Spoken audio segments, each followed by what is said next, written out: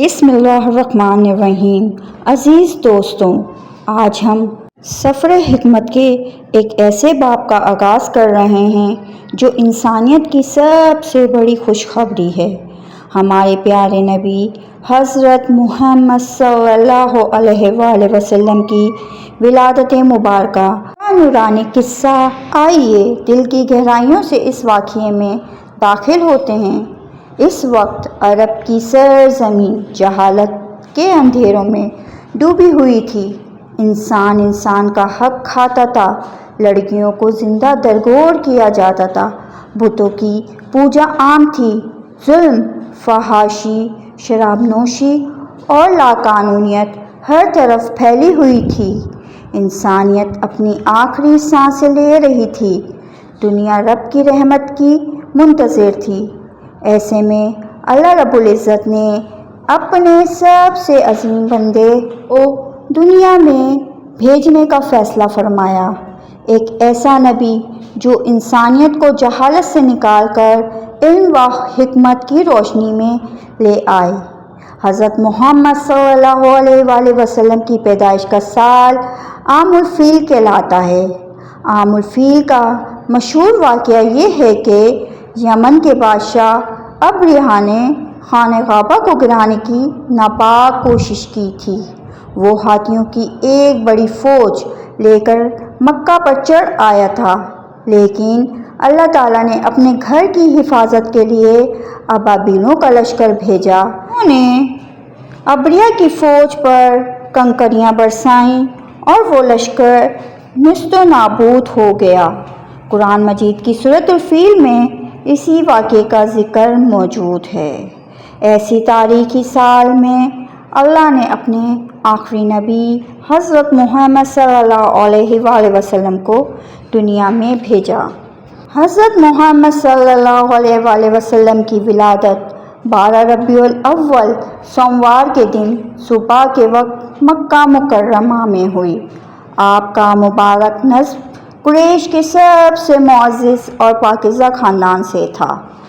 آپ صلی اللہ علیہ وسلم کے والد محترم حضرت عبداللہ آپ کی پیدائش سے چند ماہ پہلے وفات پا چکے تھے۔ آپ صلی اللہ علیہ وآلہ وسلم کی والدہ ماجدہ حضرت آمنہ بنت وہاب تھیں، جو اپنی پاکیزگی اور شرافت میں مشہور تھیں۔ حضرت آمنہ نے بیان فرمایا کہ جب میں نے اپنے بیٹے محمد صلی اللہ علیہ وآلہ وسلم کو جنم دیا تو میرے ارد گرد ایک نور پھیل گیا اور میں نے دیکھا کہ شام کے محلات تک روشنی پہنچ رہی ہے۔ وہ لمحہ دنیا میں خوشبو، برکت اور رحمت کا پیغام لے کر آیا۔ حضرت محمد صلی اللہ علیہ وآلہ وسلم کی ولادت کے وقت کئی عجیب و غریب نشانیاں ظاہر ہوئیں۔ فارس کا عظیم آتش کدہ جو 1000 سال سے مسلسل جل رہا تھا، اچانک بجھ گیا۔ کسریٰ فارس کا بادشاہ کے محل کے 14 کنگرے گر گئے۔ بحیرہ ساوا میں ایک مشہور جھیل اچانک خشک ہو گئی۔ عالم بالا میں ایک خاص تبدیلی محسوس کی گئی۔ یہ سب اس عظیم ہستی کی آمد کے اشارے تھے جس نے دنیا کو اندھیروں سے نکال کر اللہ کی روشنی سے منور کرنا تھا۔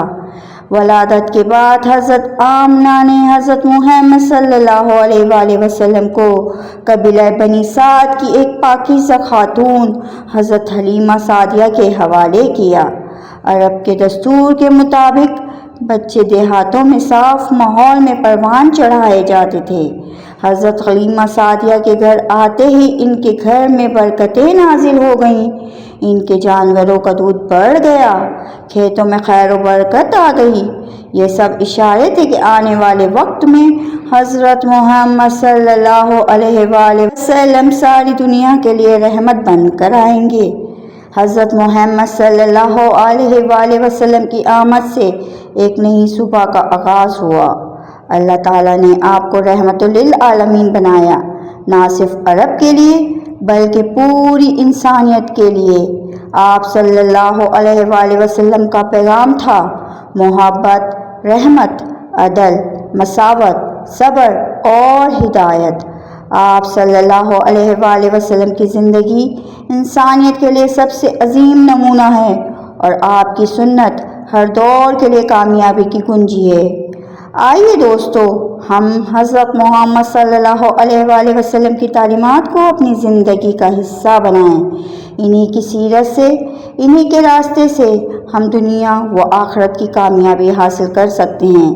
اللہ ہمیں سچا عاشق رسول بنائے، آمین۔ یہ تھا سفر حکمت کا آج کا باب، حضرت محمد صلی اللہ علیہ وآلہ وسلم کی نورانی ولادت کا تذکرہ۔ اگر آپ کو ہماری یہ محنت اچھی لگی ہو تو چینل کو سبسکرائب کریں، ویڈیو کو لائک کریں اور اپنے دوستوں کے ساتھ اس علم کو ضرور شیئر کریں۔ اللہ ہم سب کو ہدایت عطا فرمائے۔ والسلام علیکم ورحمۃ اللہ وبرکاتہ۔